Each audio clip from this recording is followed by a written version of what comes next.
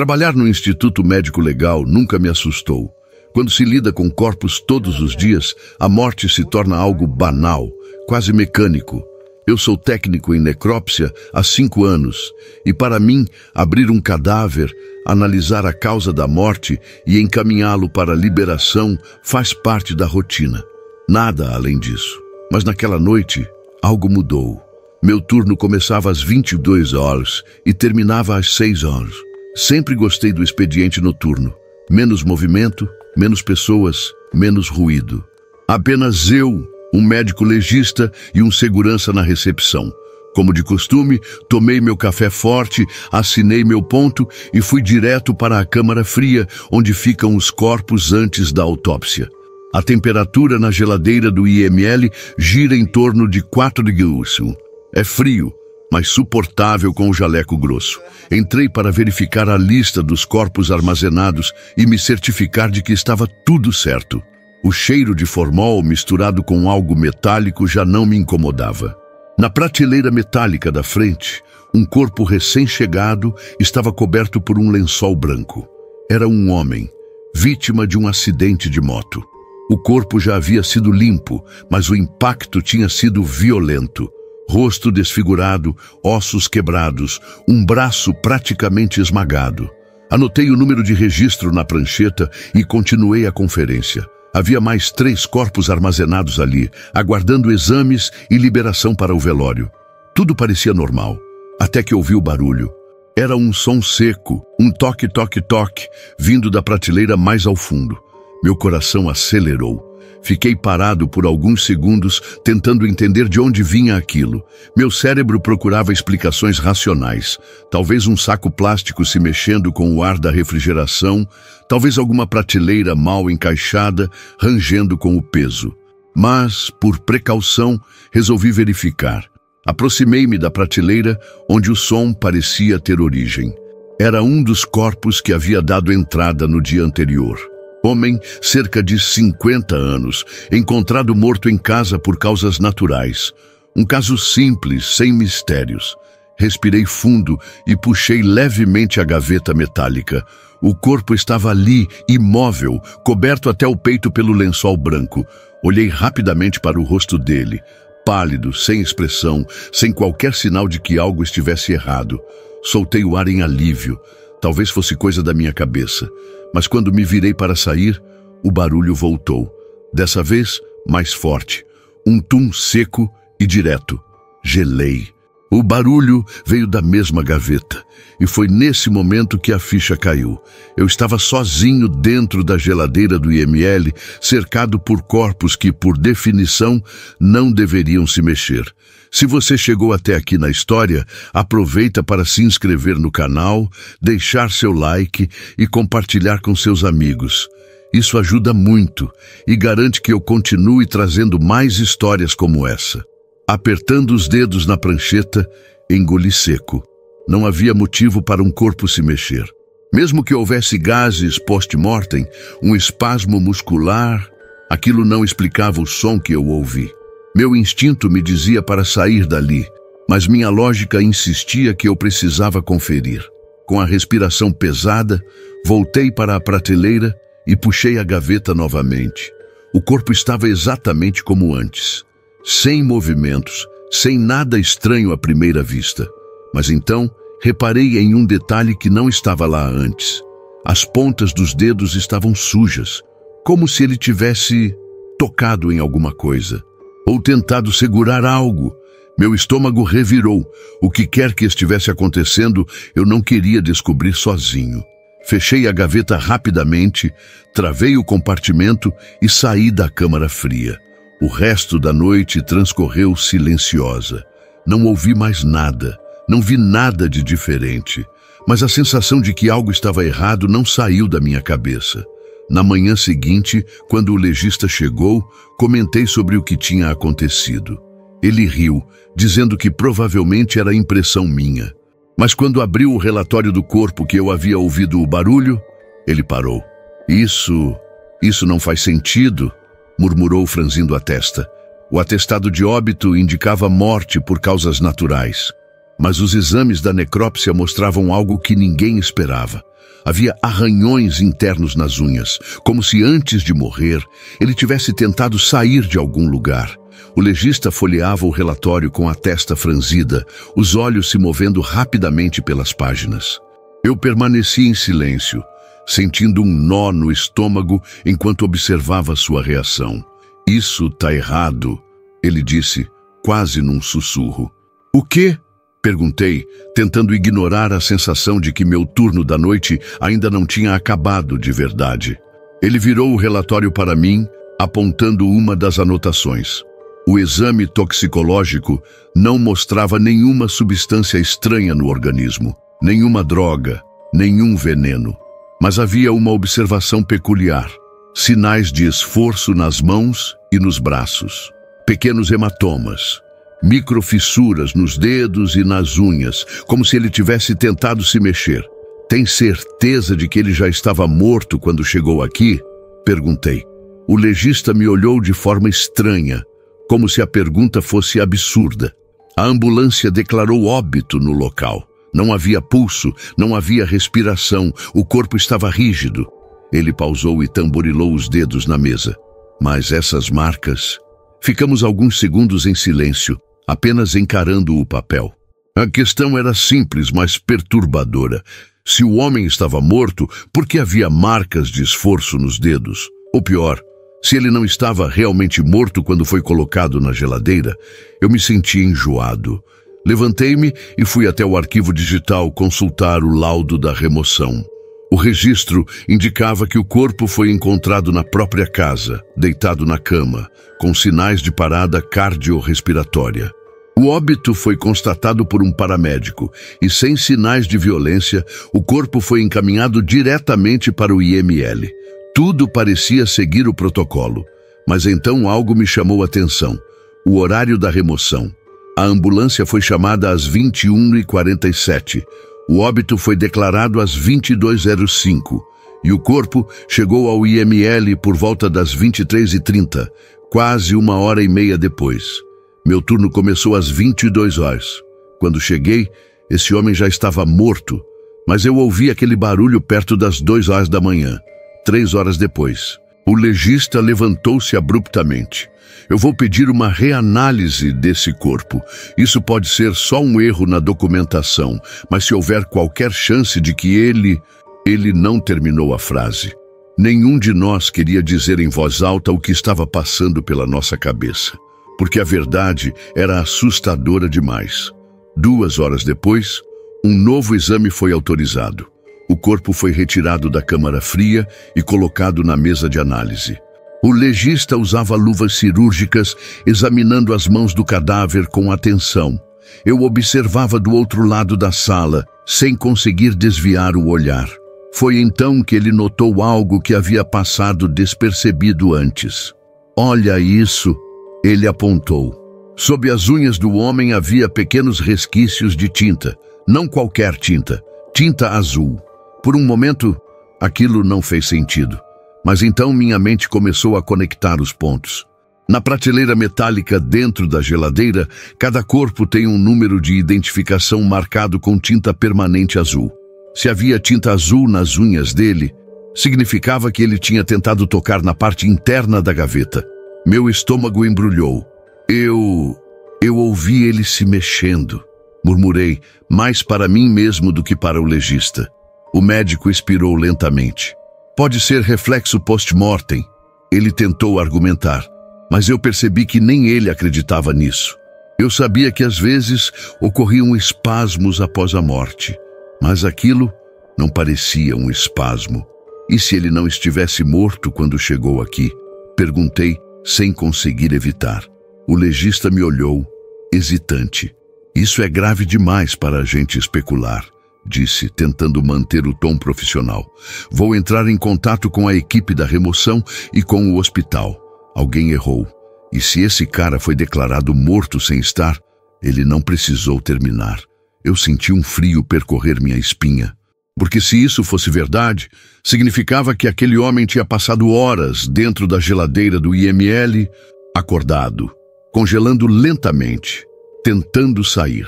A sala parecia menor, sufocante. O ar tinha um peso diferente, agora que a possibilidade do erro se tornava real. Olhei para o corpo sobre a mesa, imóvel, pálido, inerte, mas não consegui afastar a ideia do que poderia ter acontecido ali algumas horas antes. Se ele ainda estava vivo quando foi colocado na câmara fria, quanto tempo demorou para a hipotermia vencer?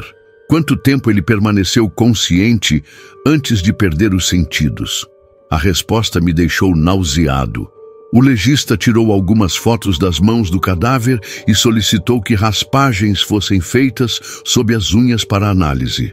Ele tentava manter a rotina profissional, mas era evidente que estava abalado. Afinal, isso não era um simples erro administrativo. Era algo maior, mais grave. Continuei revisando os registros de entrada. Queria encontrar alguma inconsistência, algo que explicasse aquilo sem precisar aceitar a pior hipótese. Mas os dados eram claros. O tempo entre a constatação da morte e o armazenamento do corpo era curto. Nenhuma justificativa médica indicava que ele poderia ter voltado a respirar depois de ser declarado morto. Mas então vi algo que não tinha reparado antes. O nome do paramédico responsável pelo óbito era alguém novo, recém-contratado. O sistema indicava que essa tinha sido uma das primeiras remoções feitas por ele. Meu coração acelerou. Tentei ignorar a ansiedade e continuei pesquisando. Encontrei mais 2 casos recentes em que esse mesmo paramédico declarou o óbito antes da chegada ao hospital. Todos pareciam normais à primeira vista, mas agora eu tinha dúvidas. O telefone do legista tocou, quebrando o silêncio tenso. Ele atendeu, ouviu por alguns segundos e se levantou subitamente da cadeira. "Precisamos conversar com o hospital", disse com o semblante carregado. "Agora." Peguei meu jaleco e o segui sem questionar. O IML já não parecia tão frio quanto antes. O verdadeiro gelo estava na minha nuca. O hospital era pequeno, movimentado. O cheiro de desinfetante se misturava com o de café requentado na recepção. A equipe estava sobrecarregada, como sempre. Enfermeiros passavam apressados, pacientes esperavam em cadeiras desconfortáveis. O legista foi direto até a sala da supervisora médica. Ela parecia cansada, os olhos vermelhos pelo plantão longo. Quando mencionamos o nome do paciente que havia dado entrada no IML na noite anterior, sua expressão mudou. Ela abriu o prontuário eletrônico e leu em silêncio. Então, soltou um longo suspiro e nos olhou com um misto de frustração e preocupação. "Esse caso já está sendo investigado", disse, fechando o monitor. "O erro pode ter sido muito maior do que vocês imaginam." Meu estômago revirou. A supervisora explicou com cuidado que havia ocorrido um aumento no número de óbitos declarados antes da chegada ao hospital nos últimos meses. Todos tinham algo em comum. Nenhuma tentativa de reanimação foi feita no local. Os pacientes eram dados como mortos assim que o socorro chegava. Sem conferência hospitalar, sem segunda avaliação médica, sem chance. E o pior, a maioria dos casos envolvia pessoas que estavam sozinhas quando passaram mal. Ninguém para contestar, ninguém para questionar. Apenas o socorrista preenchendo o laudo e encaminhando o corpo. Respirei fundo e encostei no batente da porta. Se esse homem não estivesse realmente morto, quantos outros também não estavam? E quantos foram parar na câmara fria antes que pudessem ser salvos? O hospital iniciou uma auditoria interna. O paramédico responsável foi afastado e os prontuários das últimas semanas foram revisados.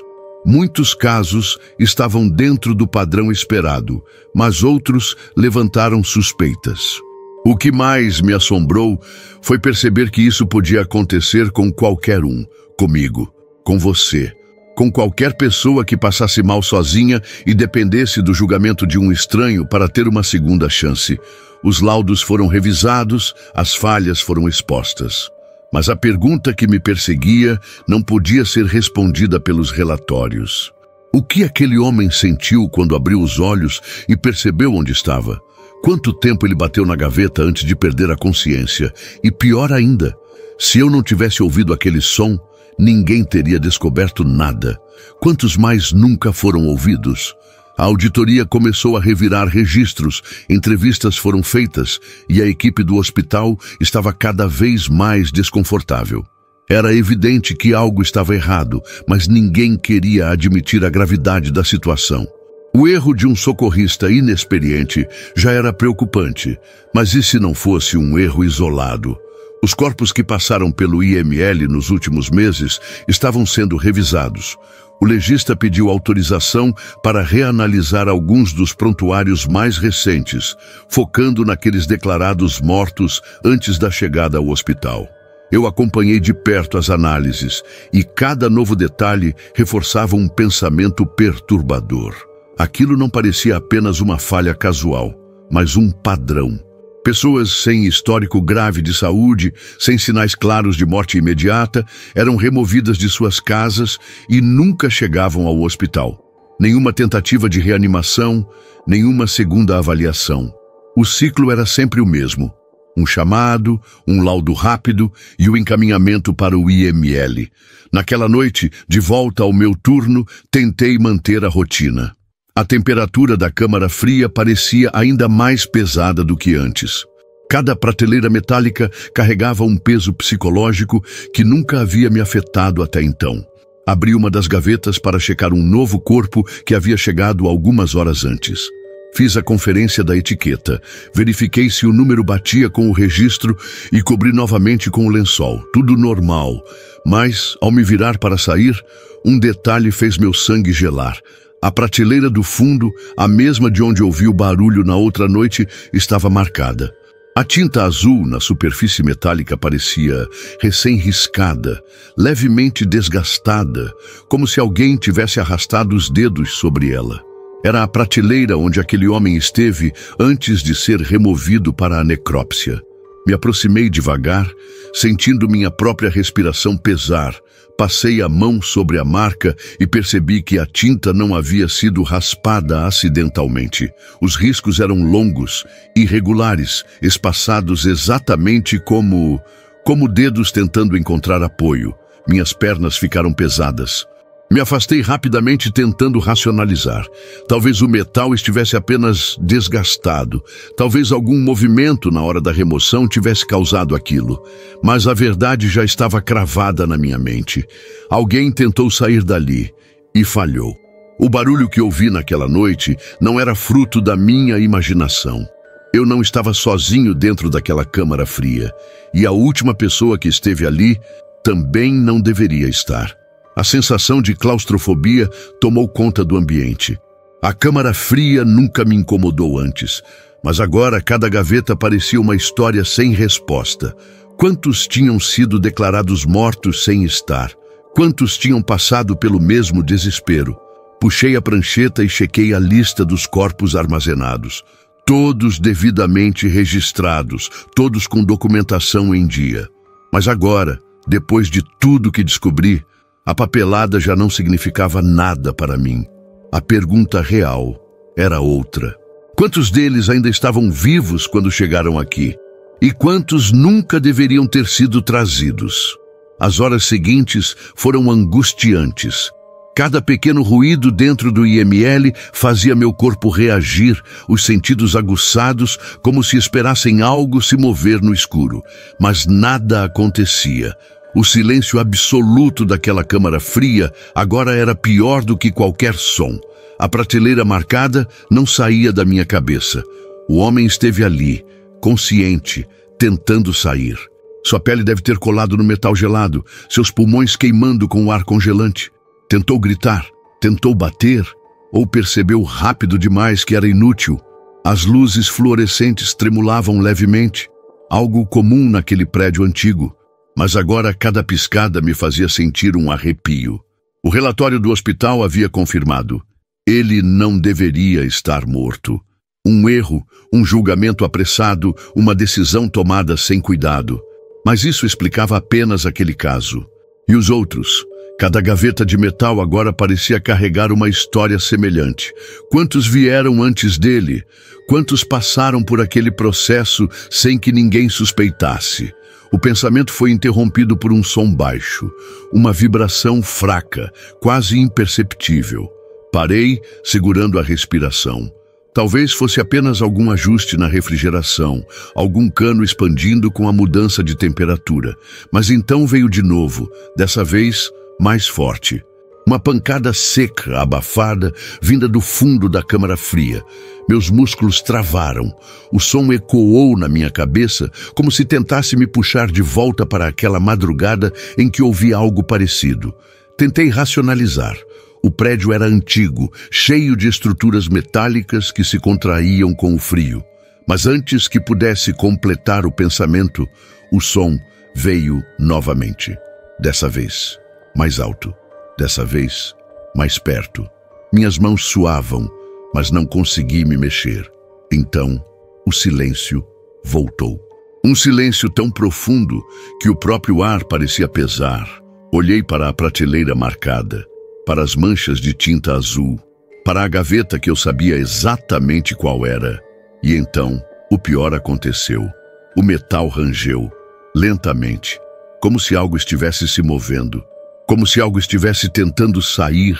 Meus pés recuaram por instinto, mas minha mente não conseguia processar. Eu sabia o que estava vendo, sabia o que estava ouvindo. A alça da gaveta se moveu poucos centímetros e então parou. O coração batia tão forte que ecoava no meu próprio crânio. A luz tremeu no teto, piscando por um segundo. O ar parecia mais frio, mais pesado. A prateleira marcada ainda estava lá, mas agora ela não era o único sinal de que alguém já esteve vivo dentro daquela câmara fria, e talvez ainda estivesse. O ar congelante da câmara fria parecia cada vez mais denso, sufocante. Meu peito subia e descia de forma irregular, a respiração curta e descompassada. O silêncio não era mais um alívio, e sim uma ameaça. Os olhos fixos na alça da gaveta, esperando qualquer novo movimento. Mas nada acontecia. Nada além da certeza esmagadora de que eu não estava sozinho ali. A sensação era tão forte que meu corpo se recusava a agir. Os pés fincados no chão, as mãos tremendo levemente. O instinto gritava para sair, correr, fingir que nada daquilo estava acontecendo. Mas algo mais profundo me prendia ali, um novo estalo. Dessa vez, mais seco, mais baixo. O som de metal contra metal, de algo tentando forçar passagem. A gaveta marcada permaneceu imóvel, mas agora a sensação vinha de outro lugar, mais ao fundo. Lentamente, virei o olhar para a prateleira superior, a fileira mais alta das câmaras frias. A porta de aço inox refletia a luz trêmula do teto, mas algo parecia errado. A pequena fresta de vedação na lateral estava aberta. Não deveria estar assim. Cada gaveta precisava estar completamente fechada, travada no lugar. Mas ela estava aberta. Um espaço mínimo. Talvez 2, 3 centímetros, mas aberta. Os pulmões ardiam enquanto eu prendia a respiração. O espaço escuro por trás da fresta parecia um buraco sem fundo, um abismo de onde algo poderia sair a qualquer instante. Um frio intenso percorreu minha espinha, um calafrio diferente do que o ambiente gelado já causava. E então, o pior aconteceu. Algo se moveu lá dentro. Foi sutil, um deslocamento de ar, um som quase imperceptível, mas eu senti.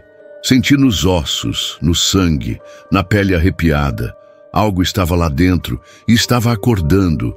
Meus músculos finalmente responderam.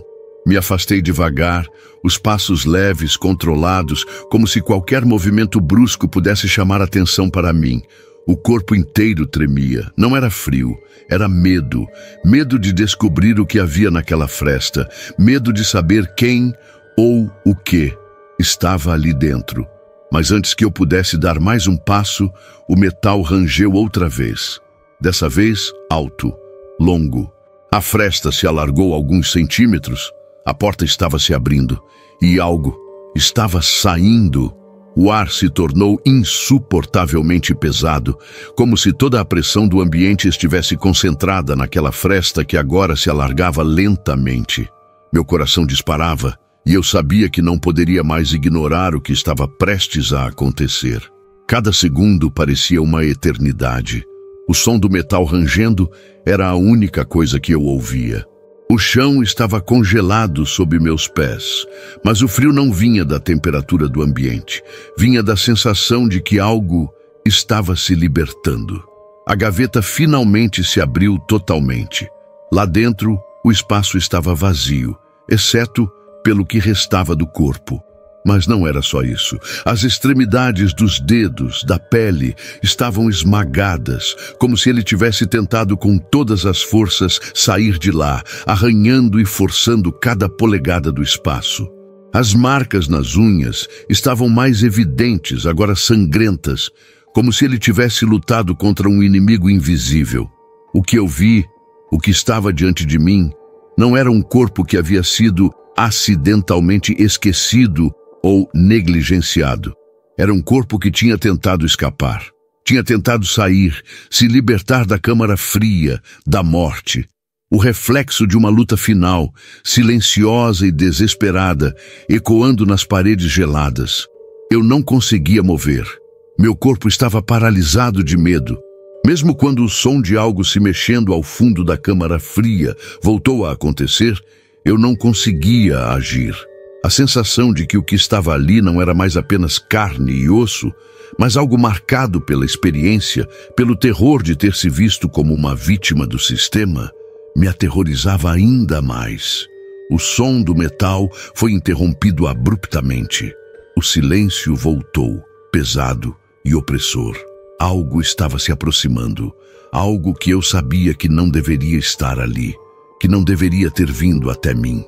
Algo que ultrapassava os limites da lógica, da realidade. Algo que não podia ser simplesmente ignorado. Eu tentei correr, mas o pânico me paralisou. A porta da câmara fria se fechou violentamente e no último segundo, o som de algo arranhando a parede metálica me acompanhou até a saída. O IML nunca mais foi o mesmo. As investigações sobre aquele erro, a falha do paramédico, nunca chegaram a uma conclusão satisfatória. O caso desapareceu nas pilhas de processos e relatórios, como tantos outros. Mas o que vi naquela noite, o que ouvi e senti, nunca foi resolvido. Era algo que o sistema não poderia mais encobrir. E eu sabia que aquele não seria o único corpo a ter seus últimos momentos de vida dentro daquelas paredes frias e impessoais. Eu sabia que alguém ainda estava lá, nas sombras do IML, esperando para ser descoberto. E o pior, não havia mais como negar. Ele não estava morto. E nós nunca saberíamos se algum outro corpo, algum outro ser, poderia ainda estar tentando se libertar.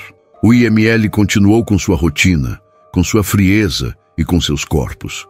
Mas eu sabia o que estava além das gavetas metálicas. Algo que não seria esquecido. Algo que não poderia mais ser ocultado nas estatísticas. Algo que todos ignoraram até o momento em que não havia mais como ignorar. Mas mesmo agora, enquanto a luz piscava fraca e o silêncio tomava conta novamente da sala, a sensação de que alguém estava lá, se movendo nas sombras da câmara fria, nunca me deixou. E a pergunta que me atormenta até hoje é simples. Quantos outros já tentaram escapar? Quantos outros, como aquele homem, estão à espera de uma chance que nunca será dada? E será que algum dia descobrirão que ainda estamos aqui, observando em silêncio? Se você ficou até aqui e sente que a tensão ainda está no ar, não deixe de se inscrever no canal para mais histórias de arrepiar. Deixe seu like, compartilhe com seus amigos e ative o sininho para não perder nenhum dos mistérios que ainda estão por vir. Quem sabe o que está esperando para ser descoberto na próxima história? Até a próxima!